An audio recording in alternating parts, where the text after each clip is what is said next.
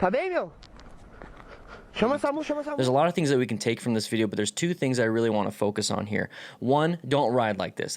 That's simple. Just don't ride like this. Ego is going to be a huge driving factor when it comes to this type of riding, especially when you're in a group ride, especially when you have friends that are wanting to ride like this. So if you do have friends like that, there's a good chance that something like this could happen, okay? So boom, right there, put that out of there. Number two that we can take from this is the driver behavior. Why did that driver turn in front of this motorcycle rider? Now, it's not going to be obvious for a lot of people, and there's a bigger question that leads into it and more of a why and not really a how. It's simple. So let's go ahead and get into that so that we can focus on what we can do to keep ourselves safe.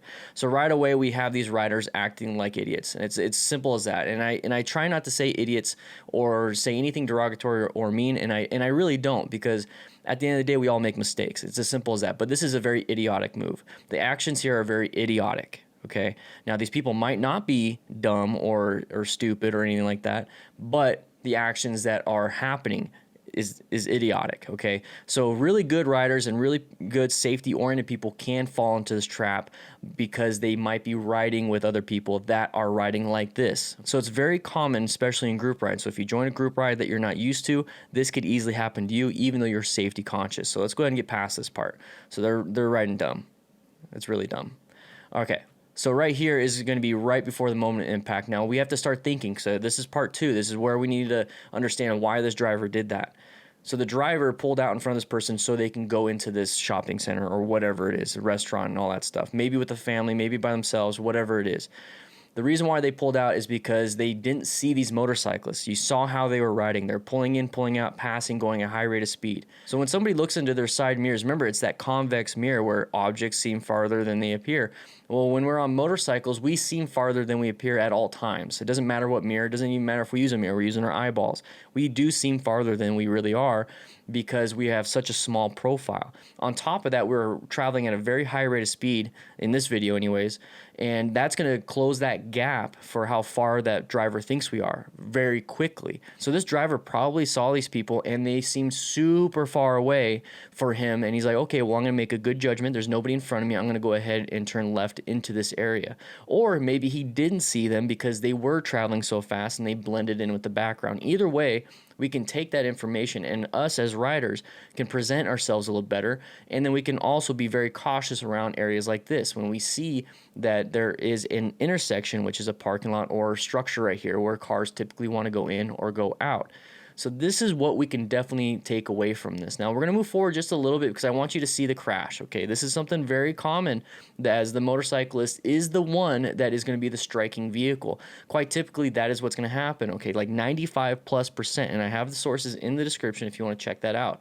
So right here is a different angle. So right away we can tell this driver was slowing down inside their lane, and then this is the moment that rider decided to pass. Okay, so that moment right here happened, and there's the impact. Okay, so that's a very massive impact, and is something that has a very high mechanism of injury. You're going to have massive everything. You're going to have multi-system trauma, broken bones, lacerated muscles, tissues. Your organ's going to get sheared because of the forces being pushed back and forth. You're going to have traumatic brain injury. You're going to have a ton of stuff here. It doesn't matter if you have full gear or not. And this is exactly why we need to be very cautious and very aware of what we're doing as motorcycle riders, because gear itself is not going to save us if we're crashing at 80 miles per hour into the back of an SUV. So this is going to be the slow motion portion, okay? So even braking is not going to help, okay? Right here, it's that, oh no, last moment, something's bad's happening, and he lifts his foot up, okay? This is where you need to realize your actual physical skills. It's very easy to go fast on a motorcycle and in a straight line and then maybe do very easy turns, especially at a high rate of speed.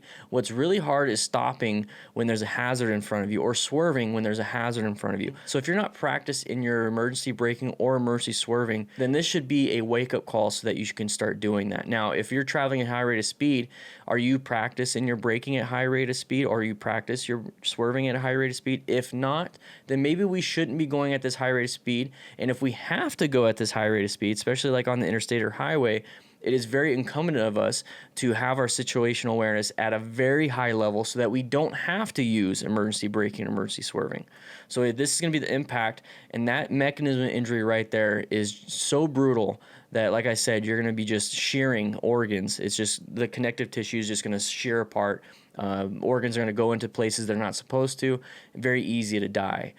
He got hit really hard, and this is where he landed. Now, this is going to be well into the parking lot, so he actually went flying. Okay, so there's more of that mechanism of injury. This right here is an unconscious individual with a very, very high chance of injury or possibly death. Now, this is something that I've seen when I walk up to a call as a firefighter EMT, and it's just one of those situations like, oh shit, this is happening. This is very bad. Let's get ALS on scene, maybe get a helicopter, tell the hospital we're coming in with a trauma, and then half the time they get pronounced on scene because it's just an obvious death.